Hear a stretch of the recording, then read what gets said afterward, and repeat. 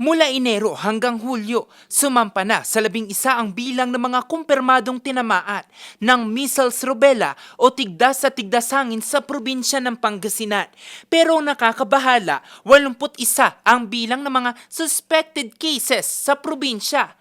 Ang sakit na tigdas at tigdasangin maiiwasan kung ang mga bata edad 6 na buwan hanggang 5 taong gulang ay nababakunahan kontra measles rubella, bagay na isinusulong ngayon ng Health Department.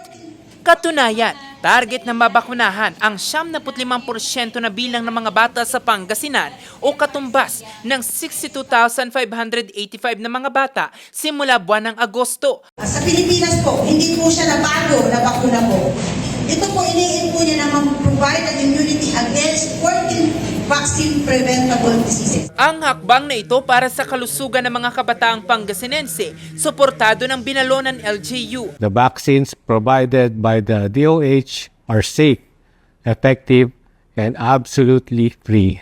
Ang measles rubella vaccine, libreng maipapabakuna sa inyong mga anak sa pinakamalapit na health center sa inyong lugar. Jose Robert Inventor, RNG News.